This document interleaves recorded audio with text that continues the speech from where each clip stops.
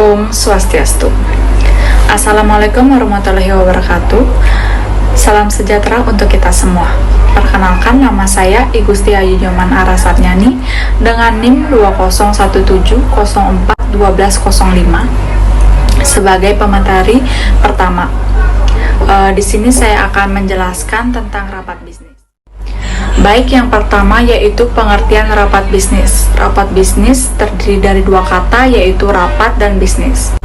Rapat adalah pertemuan atau perkumpulan minimal dua orang atau lebih untuk memutuskan suatu tujuan. Sedangkan bisnis adalah usaha yang menjual barang atau jasa yang dilakukan oleh perorangan, sekelompok orang atau organisasi kepada konsumen atau masyarakat dengan tujuan utamanya untuk memperoleh keuntungan atau laba atau bisa disebut dengan profit.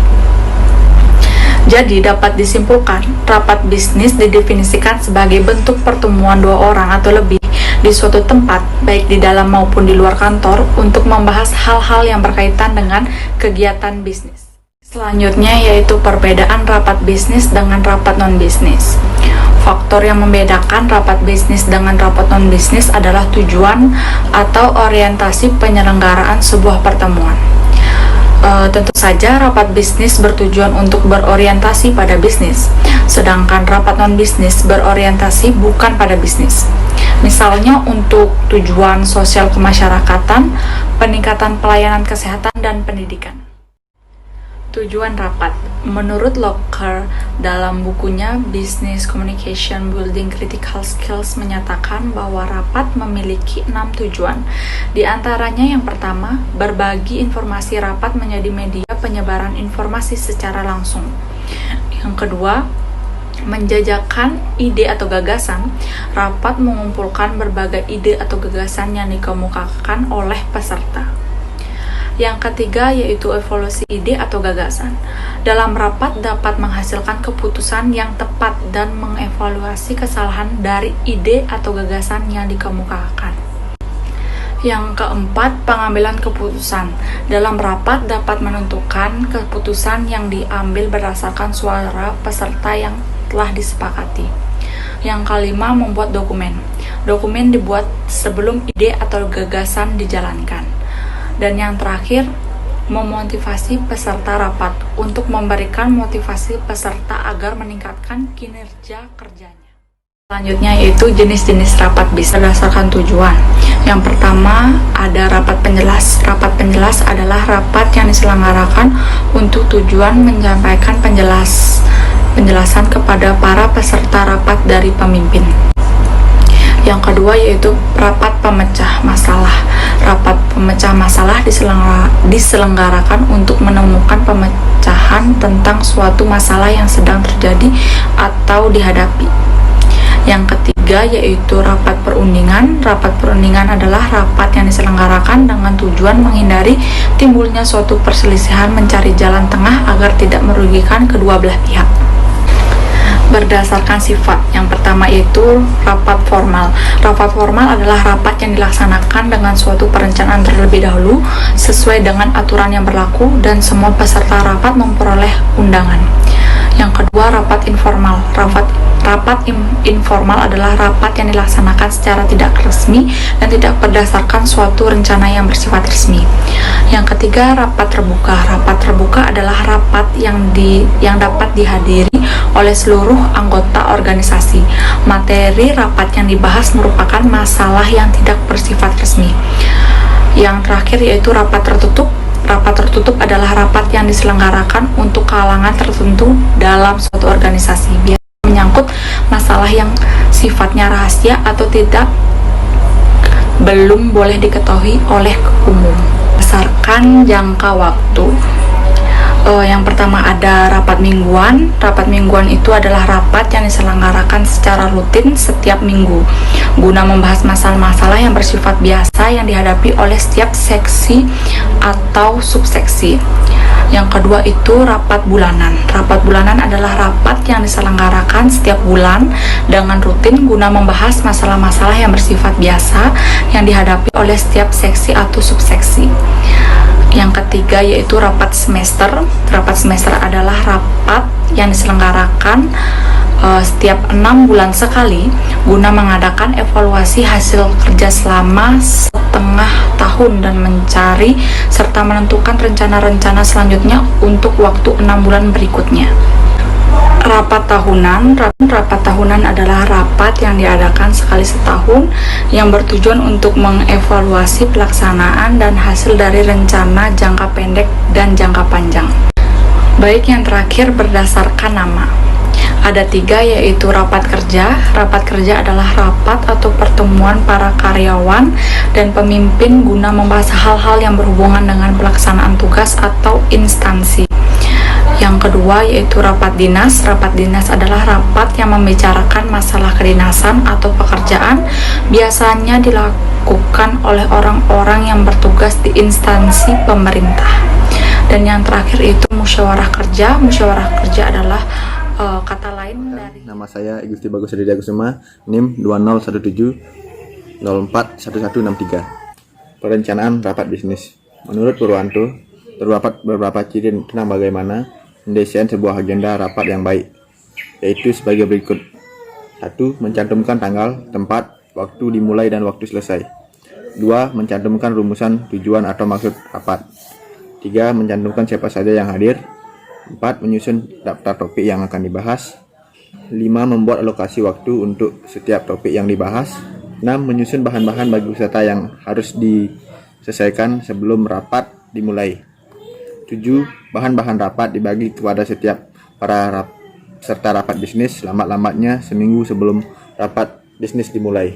Pelaksanaan rapat bisnis. Langkah-langkah pelaksanaan rapat bisnis ada 3, yaitu persiapan, pelaksanaan, dan penyelesaian. Persiapan. Langkah pertama sebelum segala sesuatu disiapkan adalah memastikan bahwa rapat memang diperlukan. Tidak usah laksanakan rapat bila jenis komunikasi lain dapat membawa hasil yang diinginkan. Keputusan untuk menyelenggarakan rapat sedikit banyak. Pertimbangan atas 5 aspek, yaitu tujuan, partisipan, bahan, dan fasilitas rapat. 2. Pelaksanaan. Ya, partisipan rapat tanggung jawab atas produktivitas. Pimpinan rapat mesti memimpin dengan efektif, sedangkan peserta rapat mesti mengikuti dengan aktif. Pimpinan rapat memiliki tanggung jawab lebih untuk memandu, memediasi, memancing, menyiapkan dan mengarahkan diskusi. 3. Penyelesaian. Setelah rapat, dokumentasi rapat dibagikan kepada partisipan dan pihak berkepentingan lainnya. Jika ada penugasan tidak lanjut, harus ditentukan dan dikomunikasikan dengan jelas. Tindak lanjut tersebut selanjutnya perlu dipantau pelaksanaannya, antara lain untuk bahan diskusi pada rapat berikutnya. Tindak lanjut. Apa yang dihasilkan dalam rapat bisnis hendaknya didokumentasikan dengan baik, terutama hasil kesepakatan selama pembahasan topik sesuai dengan agenda rapat yang telah disetujui bersama. Semua bentuk dokumentasi selama rapat bisnis berlangsung perlu ditinjau ulang, baik pidato, pengarahan, pimpinan perusahaan, pandangan para narasumber, catatan hasil diskusi, tanya jawab selama rapat bisnis berlangsung. Dalam hal ini, tim penyusun perlu melibatkan berbagai pihak untuk menghasilkan dokumen penting hasil rapat bisnis tersebut. Selanjutnya, secara formal pihak-pihak yang bertanggung jawab dalam penyelenggaraan rapat bisnis tersebut membubuhkan tanda tangan dan menyerahkan ke pimpinan perusahaan untuk menjadi dokumen penting yang harus ditindaklanjut di kemudian hari. Swastiastu, perkenalkan nama saya Putu Lindasari, NIM 2017041105. Saya sebagai pemateri ketiga menjelaskan materi penulisan laporan bisnis. Yang pertama, saya akan menjelaskan definisi laporan bisnis. Yang dimaksud dengan laporan bisnis adalah suatu laporan yang bersifat netral, tidak memihak, dan objektif yang digunakan untuk menyampaikan suatu informasi yang dapat membantu dalam memecahkan suatu masalah dan mengambil suatu keputusan. Materi selanjutnya yaitu penggolongan laporan bisnis. Laporan bisnis dapat digolongkan menjadi 7. Yang pertama, menurut fungsinya, ada laporan memberi informasi dan laporan memberi analisis. Laporan memberi informasi adalah laporan yang ditulis dengan cara menyajikan fakta-fakta dan rangkuman tanpa melakukan analisis, kesimpulan, atau rekomendasi. Dan laporan memberi analisis adalah laporan yang ditulis dengan menyajikan fakta-fakta, menganalisis dan menafsirkannya, kemudian mengambil kesimpulan serta memberi rekomendasi. Penggolongan laporan bisnis yang kedua yaitu laporan bisnis menurut subjeknya. merupakan laporan yang dapat dibedakan menurut dari departemen mana laporan itu berasal atau didapatkan. Penggolongan laporan bisnis yang ketiga yaitu menurut formalitas dan jenisnya, terdiri dari laporan formal dan laporan informal.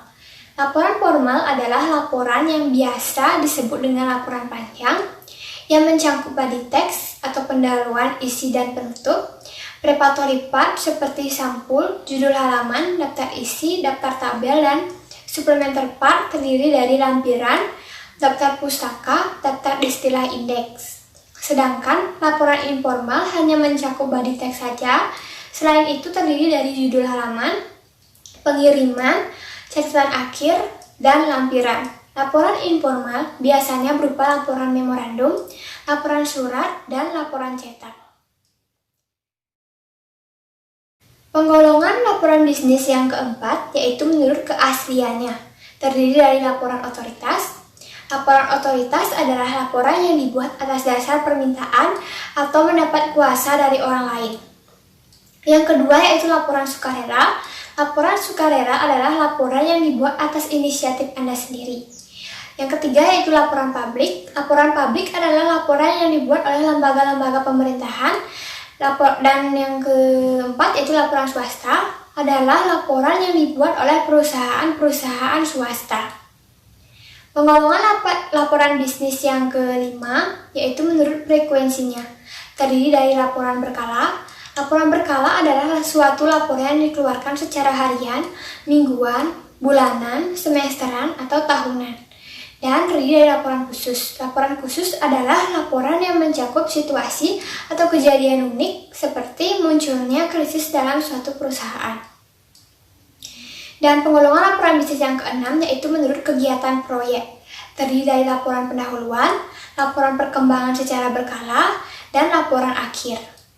Penggolongan laporan bisnis yang terakhir atau yang ketujuh yaitu menurut pelaksanaan pertemuan, terdiri dari laporan agenda. Agenda adalah dokumen yang ditulis sebelum pertemuan berlangsung. Resolusi adalah laporan singkat yang secara formal berisi pengumuman hasil konsensus dalam suatu pertemuan. Yang ketiga yaitu notulen. Notulen adalah laporan resmi dalam suatu pertemuan yang telah berlangsung. Dan yang keempat adalah laporan pertemuan. Laporan pertemuan adalah suatu laporan resmi yang cakupan bahasanya lebih luas dan berisi hal-hal pertemuan atau konferensi penting. Selanjutnya yaitu persiapan penulisan laporan bisnis. Sebelum menulis laporan bisnis, ada beberapa hal yang harus dipersiapkan. Dimulai dari yang pertama yaitu mendefinisikan masalah, tujuan, dan ruang lingkup. Yang kedua yaitu mempertimbangkan siapa saja yang akan menerima laporan. Yang ketiga yaitu menentukan ide atau gagasan. Yang keempat yaitu mengumpulkan bahan yang diperlukan. Yang kelima yaitu menganalisis dan menafsirkan data. Dan yang keenam adalah mengorganisasi data dan mempersiapkan kerangka akhir. Dalam membuat laporan bisnis, ada bagian pokok yang harus diperhatikan. Yang pertama yaitu pendahuluan. Ada beberapa hal yang harus diperhatikan dalam pendahuluan, yaitu siapa yang meminta laporan, masalah apa yang dibahas, maksud penelitian, metode pengumpulan informasi, ruang lingkup, latar belakang, keterbatasan, dan rekomendasi. Bagian pokok yang kedua yaitu isi, di mana pada bagian isi biasanya membahas hal-hal yang penting dan rinci yang dapat membantu mencapai maksud penulisan laporan bisnis. Dan bagian yang terakhir yaitu penutup, biasanya berfungsi untuk merangkum laporan secara menyeluruh, mengambil kesimpulan, dan memberikan rekomendasi. Selanjutnya yaitu organisasi tubuh laporan bisnis.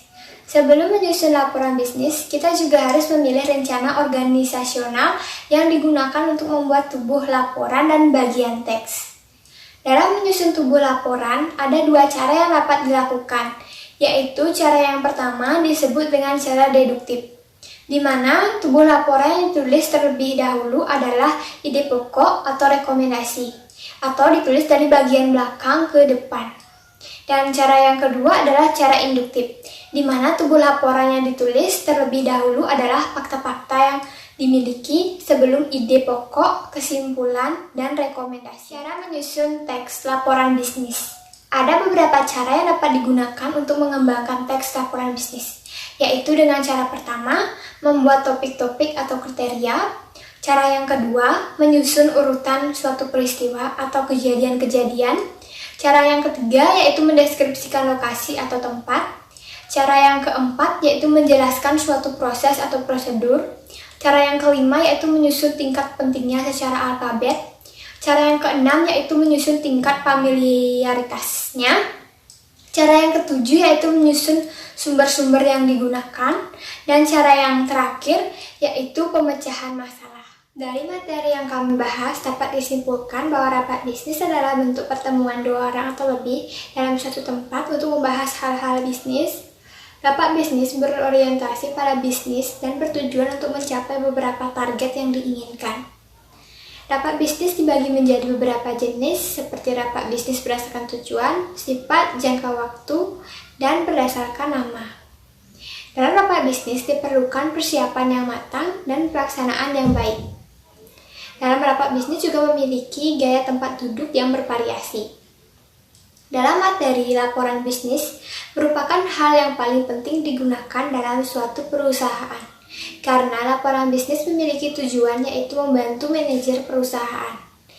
Di mana laporan bisnis memiliki beberapa bagian yaitu pendahuluan, isi, laporan, dan baik, sekian presentasi dari kelompok saya. Apabila ada salah kata, saya mohon maaf. Saya akhiri dengan Parama Santi. Om Santi Santi Santi Om.